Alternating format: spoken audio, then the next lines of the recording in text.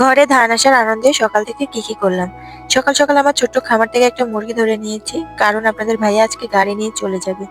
এদিকে মুরগির সঙ্গে সবাই পোলাও ভাত খাবে, পোলাও ভাতও রান্না করছিলাম।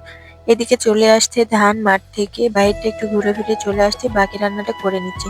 এদিকে রান্না শেষ হতে না হতে চলে আসছে হুজুর, ওকে খেতে দিয়ে দিয়েছে। মাশাআল্লাহ, রান্নাটা খুব সুন্দর হয়েছিল।